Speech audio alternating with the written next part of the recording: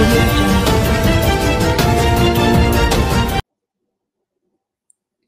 నమస్కారం, welcome to స్త్రీస్వరం. ఈరోజు topic యాక్చువల్గా రోజా గారు అన్నది మీకు తెలుసు, పోలవరం దగ్గర కామెంట్ చేశారు అండ్ ప్యాకేజ్ స్టార్ అని, ఇంకా తెలుగుదేశం ఎంత ప్యాకేజ్ ఇచ్చారని. నాకు చిన్న డౌట్ వచ్చిందండి. యాక్చువల్గా ఏంటంటే రోజా గారి మీద ఇన్నిసార్లు ప్యాకేజ్ ప్యాకేజ్ అని మన పవర్ స్టార్ కళ్యాణ్ గారి మీద అంటున్నారు అంటే డెఫినెట్గా అంటే ఆవిడ తెలుగుదేశంలో ఉన్నారు కాబట్టి కొన్నాళ్ళు బహుశా అంటే 2009 టైంలో ఎలక్షన్ టైంలో ఆవిడ తెలుగుదేశం తరఫునే పోరాడినట్టున్నారు. And she came after to ఇది వైఎస్ఆర్సీపీ అనుకుంటాను. సో అప్పుడు మరి తెలుగుదేశం ప్యాకేజ్ ఇచ్చి పంపించారా జగన్ గారి పార్టీలోకి? అంటే ఎప్పుడైనా మాకు అవసరం అయితే నువ్వు మాట్లాడుతూ ఉండు అని పంపించారా అని నాకు చిన్న డౌట్ అండి. ఎందుకంటే ఎక్స్పీరియన్స్ ఉన్న వాళ్ళు బాగా చెప్పగలరు కదా. ఎందుకంటే ప్యాకేజ్ అంటారు కానీ ఎప్పుడు పవన్ కళ్యాణ్ గారికి ఇచ్చిన ప్యాకేజ్ ఎవరు చెప్పమన్నా చెప్పరు. ఆ ప్యాకేజ్ అనేది మాత్రం బాగా మాట్లాడుతున్నారు. బహుశా ఈ ఎక్స్పీరియన్స్ రోజా గారిది అయ్యి ఉంటుంది, షేర్ చేసుకున్నట్టున్నారు తెలుగుదేశం ప్యాకేజీలు ఇస్తారు అని. ఎందుకంటే మరి 2009లో ప్యాకేజ్ తీసుకుని బయటకు వచ్చి ఎప్పుడు అవసరమైతే అప్పుడు తెలుగుదేశం తరఫున మాట్లాడటానికి ఈవిడ వచ్చారేమో. ఎందుకంటే చెప్తున్నారు కదా, తెలుగుదేశంలో చంద్రబాబు నాయుడు గారిని ఎప్పుడు రక్షించాలో అప్పుడు పవన్ కళ్యాణ్ గారు వచ్చి మాట్లాడతారంట. తెలుగుదేశం వైపు ఈవిడ తోసేస్తున్నారంటే ఇప్పుడు మాకు డౌట్ వస్తుంది. రోజా గారు తెలుగుదేశంకి బాగా వర్క్ చేస్తున్నట్టున్నారు. జగన్ గారి పార్టీలో ఉన్నా కానీ తెలుగుదేశానికి బాగా వర్క్ చేస్తున్నట్టున్నారు రోజా గారు. అందుకనే ప్యాకేజ్ అనేది ప్రామినెంట్గా మాట్లాడేది మాత్రం రోజా గారు. ఎందుకంటే ప్రాబబ్లీ ఈ ప్యాకేజ్ సీక్రెట్ ఆవిడ నుంచే స్టార్ట్ అయ్యి ఉంటుంది. ఆవిడకి ఇచ్చిన ప్యాకేజ్ వల్ల పవన్ కళ్యాణ్ గారు కూడా ప్యాకేజ్ తీసుకున్నారేమో అని డౌట్ అయ్యి ఉంటుంది. అండ్ ఇంకోటి ఏంటంటే ఇయర్ క్యాలెండర్ కూడా పవన్ కళ్యాణ్ గారు ఈవిడే రాసేస్తున్నారు. అండ్ పోలవరం వచ్చే ఐడియా పవన్ కళ్యాణ్ గారికి అసలు లేదంట. ఈవిడ చెప్పారు, మరి నిజం ఎంతవరకు అనేది ఆవిడకే తెలియాలి. సో వీళ్ళు వచ్చారని పవన్ కళ్యాణ్ గారు వెళ్ళిపోతున్నారంట. అంటే ఈ రకంగా మేము ఒకటి అజ్యూమ్ చేసుకుంటాము, పవన్ కళ్యాణ్ గారు శ్రీకాకుళం వెళ్ళి విజిట్ చేసి వాళ్ళ కష్టాలు తెలుసుకున్నారు కాబట్టి అక్కడ పాదయాత్ర జగన్ గారు చేశారు అని మేము అనుకోవచ్చా?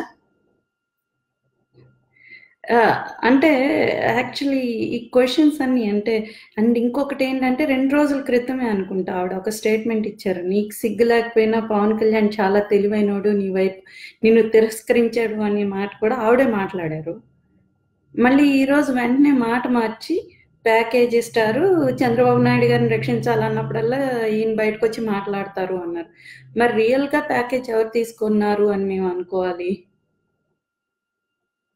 సో రోజా గారు మీరే నిర్ణయించుకోవాలని మీ మాటలు. అంటే 2 రకాలు ఉన్నాయనుకోండి, ప్రజలు కన్ఫ్యూజ్ అవుతారు ఎవరి మాట ఎప్పుడు మాట నమ్మాలి అని. అంటే మన దురదృష్టం ఏంటంటే ఇదివరకు న్యూస్ పేపర్లో అయితే రాసినా అది ఆ రోజుతో అయిపోయేది.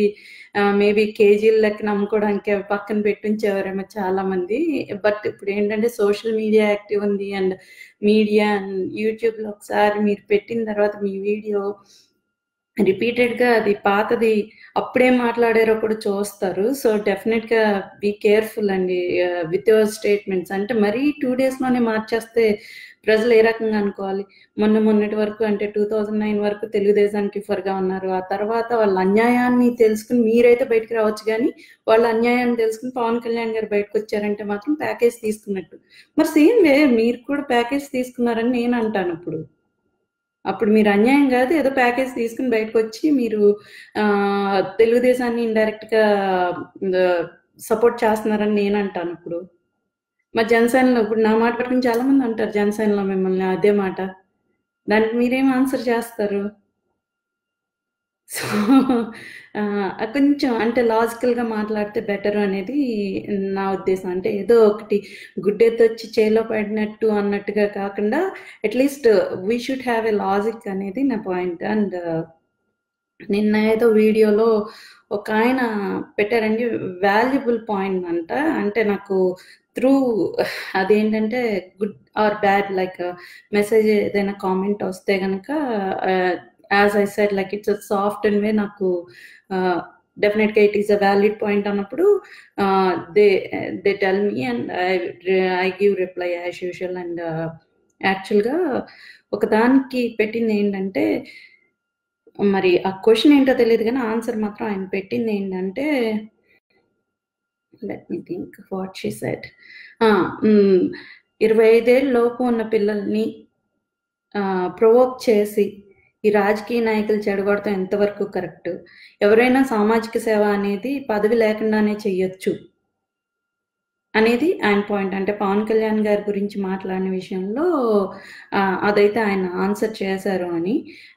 ఎస్ అండి, కరెక్టే. కానీ ఇక్కడ రాజకీయ నాయకులు మీరు అన్న పాయింట్ నేను కరెక్ట్గానే తీసుకుంటాను. అండ్ థింగ్ ఏంటంటే, ఇప్పుడు 25 years లోపు ఉన్న 18 ఏళ్ళు దాటిన యువత ఎవరైనా సరే దే ఆర్ వెల్ మెచ్యూర్డ్ అండి. ఇది వరకులాగా వాళ్ళు ఏమి చిన్నపిల్లల్లాగా ఇంకా ఆకతాయిగా మాత్రం ఉండట్లేదు డెఫినెట్గా. అంటే వాళ్ళు 10th grade వచ్చేటప్పటికే they are like matured enough and they are thinking by themselves. అంటే ఏ టైప్ కెరియర్ తీసుకోవాలి, ఏ టైప్లో కోచింగ్ తీసుకుని ఎటువైపు వాళ్ళ కెరియర్ మార్చుకోవాలి అనేది they are like well matured. And how to behave with around people కూడా చాలా మెచ్యూర్డ్గా ఉంటున్నారు.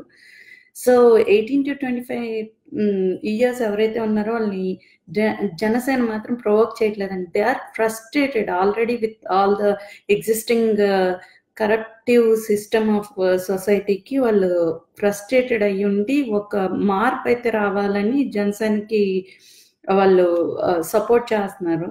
అండ్ వన్ మోర్ థింగ్ ఏంటంటే,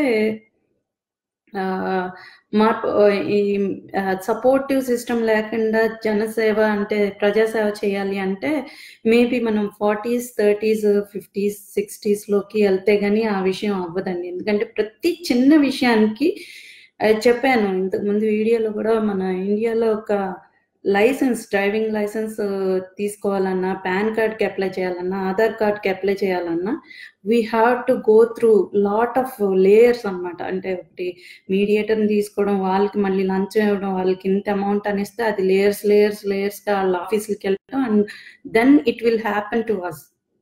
అంత ఈజీగా అయితే ఉండట్లేదు. ఈ చిన్న విషయాలకి ఏంటంటే, మనకి నిజంగా ప్రజాసేవ చేయాలి, మనకి కాన్స్టిట్యున్సీలో మనకి ఈ పని అవ్వాలి అంటే మాత్రం డెఫినెట్గా ఎంత కష్టం అనేది ఒకసారి ఆలోచించండి. అంటే పదవి లేకుండా ఒక మనిషి ప్రజా సేవ చేయడం అంటే కొంతవరకు పవన్ కళ్యాణ్ గారు పదవి లేకుండానే ట్రై చేశారు. కానీ డెఫినెట్గా పదవి ఉంటే ఇంకా బాగుంటుంది అనే ఉద్దేశం ప్రజల్లో కూడా ఉంది.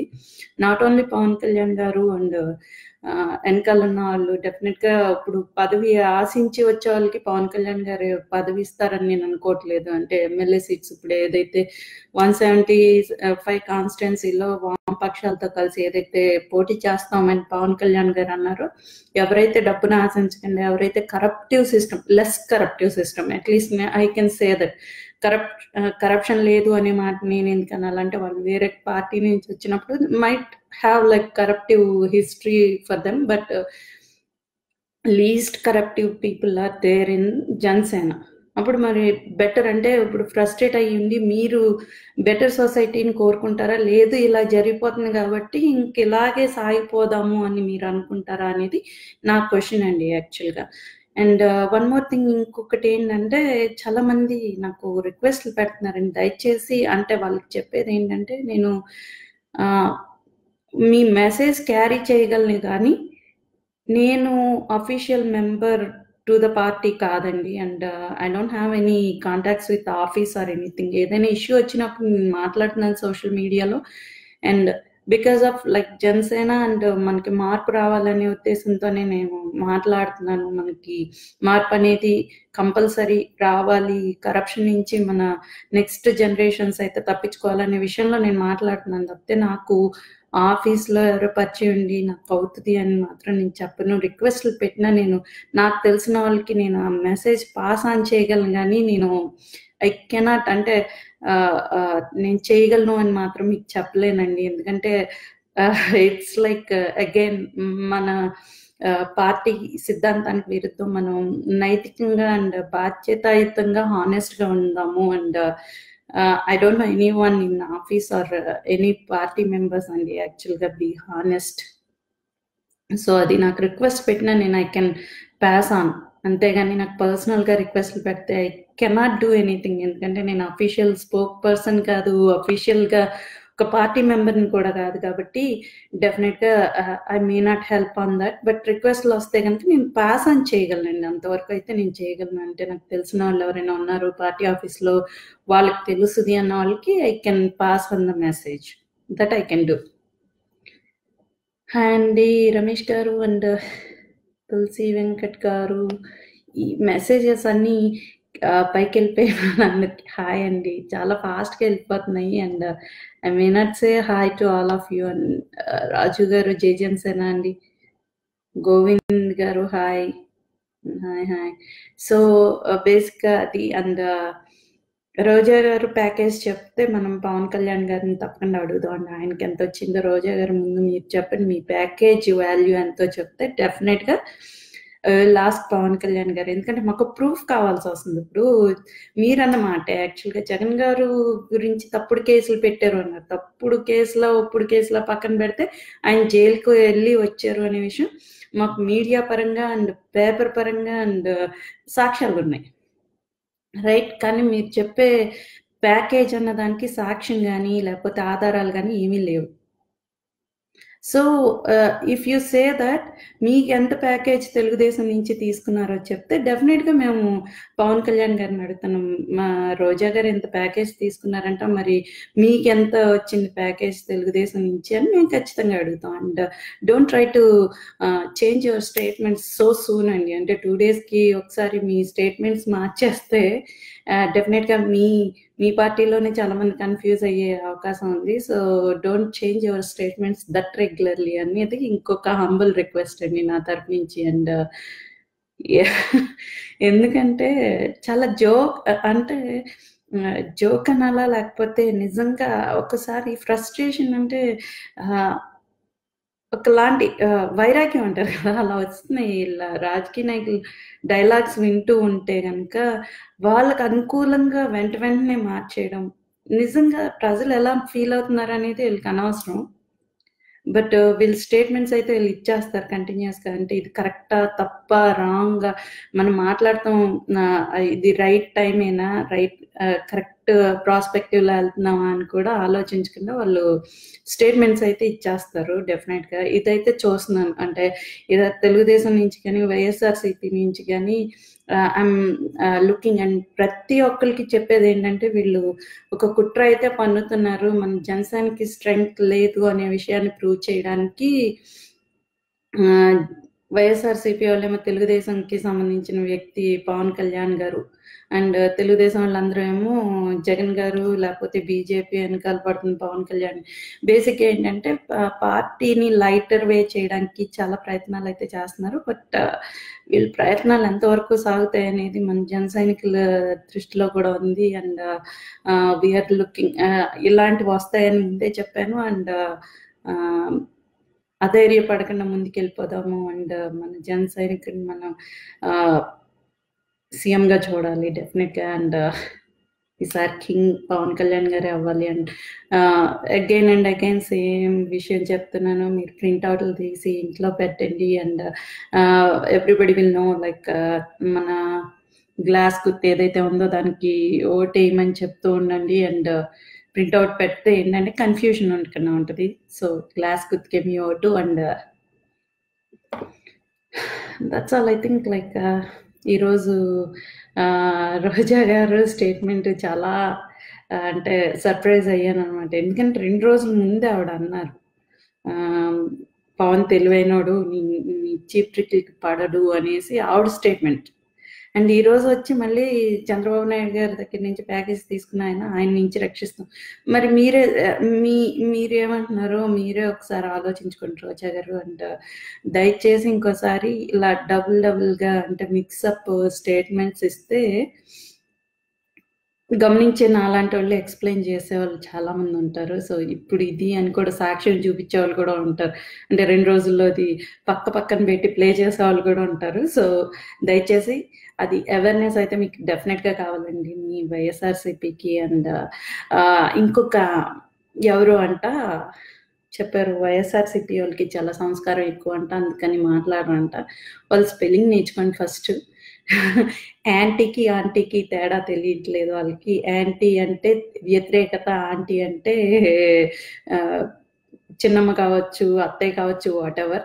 అండ్ ఇంకొకటేంటంటే ఆళ్ళ అంకుల్ సైజ్‌లో ఉండి అందరిని ఆంటీలు అంటున్నారు. అదొక ఇంకొక బిగ్ జోక్. And yeah! డెఫినెట్‌గా అది వాటెవర్ ఇట్ ఈస్, ముందు స్పెల్లింగ్స్ నేర్చుకోండి. అండ్ ముందు సంస్కారం నేర్చుకోండి. అండ్ తర్వాత వేరే వాళ్ళని కామెంట్ చేద్దురు గానీ మీరు. అండ్ అంటే మీకు పాయింట్ చెప్తే కోపమొచ్చేస్తదనమాట. ఏదైనా చెప్తే. అది అర్థమవుతుంది. వైఎస్ఆర్‌సీపీ వాళ్ళకి సంస్కారం అంటే మంచిదండి. Well and good. మీరు బ్యాడ్ వర్డ్స్ యూజ్ చేయకూడదు అని అందరి నుంచి అదే కోరుకుంటున్నాను. ఈవెన్ నేను ఎప్పుడు జన సైనిక్స్‌కి రిక్వెస్ట్ చేసేది కూడా, మనం క్వెషన్ చేద్దాం, బ్యాడ్ వర్డ్స్ యూజ్ చేయొద్దు అని. సో, మాకు డిసిప్లిన్ 80% వచ్చిందని నేను ప్రతిసారి చెప్తా ఉంటాను. ఆ 20% they are trying to. And definitely they will reach. మీ వైఎస్ఆర్‌సీపీ సంస్కారం ఏదో మీరు చూపించండి. సౌమ్యంగా మాట్లాడండి. మీకు ధైర్యం ఉంటే నిజంగానే ధైర్యం, నేను ఇలా చేస్తాను అని ఏదో స్టేట్మెంట్ రాశారంట. సో, మీకు నిజంగా ధైర్యం ఉంటే వచ్చి స్క్రీన్ ముందే మాట్లాడండి. ఏం మాట్లాడాలనుకుంటున్నారో దొంగ ఐడీలు పెట్టకుండా మీ ఫేస్ చూపిస్తూనే మీరు మాట్లాడండి. That's well and good. చాలా మందికి అంటే అవేర్‌నెస్ వచ్చిందని మేము సంతోషిస్తాము. మాలాగా వైఎస్ఆర్‌సీపీలో కూడా మాట్లాడుతున్నారు అని మేము కూడా ఆనందపడతాం. ఇంతే సంస్కారంగా మాట్లాడండి. ఇంతే సౌమ్యంగా మాట్లాడండి. కదా! సో, డెఫినెట్‌గా అంటే నేను స్పెల్లింగ్ రాదు అని నేను ఇన్సల్ట్ చేయడానికి కాదు. బట్ ఒకళ్ళ మీద కామెంట్ చేసేటప్పుడు మాత్రం డెఫినెట్‌గా you have to have literacy knowledge and also general knowledge. జై జనసేన. జై హింద్. ఏంటండి వీడియో నచ్చిందా? అయితే ఓ లైక్ వేసుకోండి, లేదంటే ఓ కామెంట్ చేయండి. ఎప్పటికప్పుడు మా వీడియోస్ చూడాలంటే సబ్స్క్రైబ్ చేసుకోండి.